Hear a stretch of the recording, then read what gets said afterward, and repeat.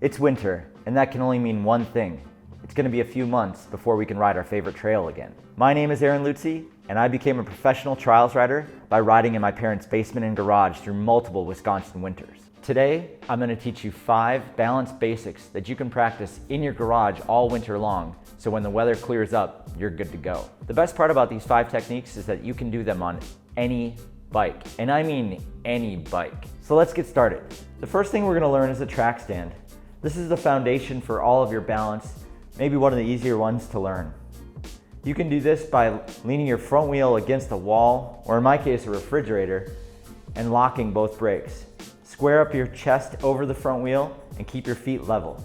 What you want to do to start is just get comfortable in that position. Keep your brakes locked, lean in, use your front wheel to push against the wall. As you get comfortable in that position, take your hands off the brakes and just use your pedal pressure to keep the front wheel into the wall. As you get more comfortable, you just pull away from the wall a little bit at a time until you understand how your pedal pressure works with balancing on the bike. It's almost like pushing in the clutch on a car. You can roll in either direction. When you finally get that mastered, you use your front brake and your pedal pressure together to balance the bike in place. Track standing is not locking up both brakes and hoping that you can keep the bike balanced for however long. This technique's a lot more about understanding how your brakes and pedals work together to keep yourself balanced on the bike. As you get even more comfortable with this, you can try different things like taking a hand off or taking both hands off. You'll know that you've mastered this skill when you can track stand indefinitely.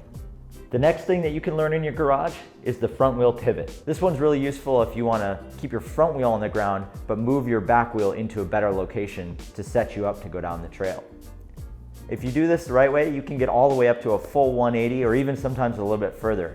You probably don't need that for trail riding, but it's a fun skill to have and a great parking lot trick as well. So the most important part about a front wheel pivot is to turn your front wheel in the opposite direction that you want your back wheel to go. Once you've turned your front wheel, you gently shift your weight to the front and unweight the back tire. Now, you'll use your back foot to push your wheel into place. As soon as your tire lands, you shift your balance back to the center and continue riding. So accentuating your movements in this case will help you learn the trick faster. And in this case, you want to work really hard about getting your weight over the front wheel to unweight the back. Another way to learn this in the garage, instead of rolling into it, you can actually just pivot in place. So you can be track standing, pivot your back wheel, reset, pivot again, track stand, and continue. So we learned how to move our back wheel around. Now I'm going to show you how to move the front wheel around. For this one, we'll keep our pedals flat and both brakes on.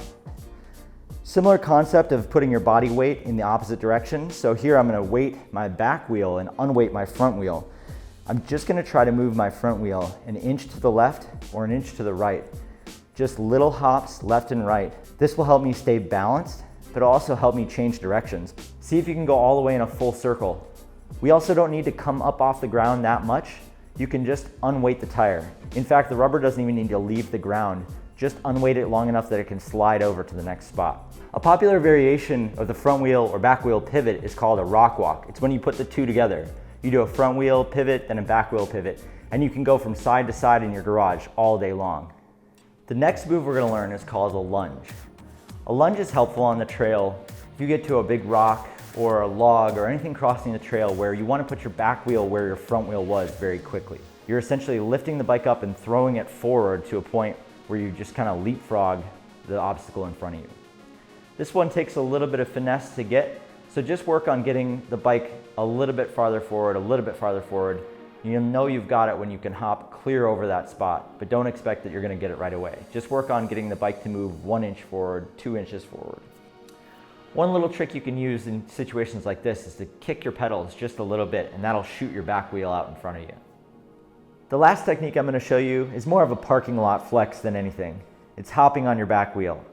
For this one, you want to make sure your rear shock is locked out. You want to roll at a slow speed forward, grab a little bit of front brake to unweight the back wheel, and then come back on your back wheel with that brake locked, and hop once or twice, and see how many hops you can get. A lot of people hop backwards when they're first learning it. That seems to be an easy way to get the motion down. But as you get better at it, you can do it in place. The best part about all the techniques I just showed you is that you can put them together and use them in conjunction. For example, you can move your front wheel and then move your back wheel. All of them are meant to fit together and round out your skill set in general. That way when you get back to the trails, you'll be dialed. Here's some other stuff that's fun to do in the garage too.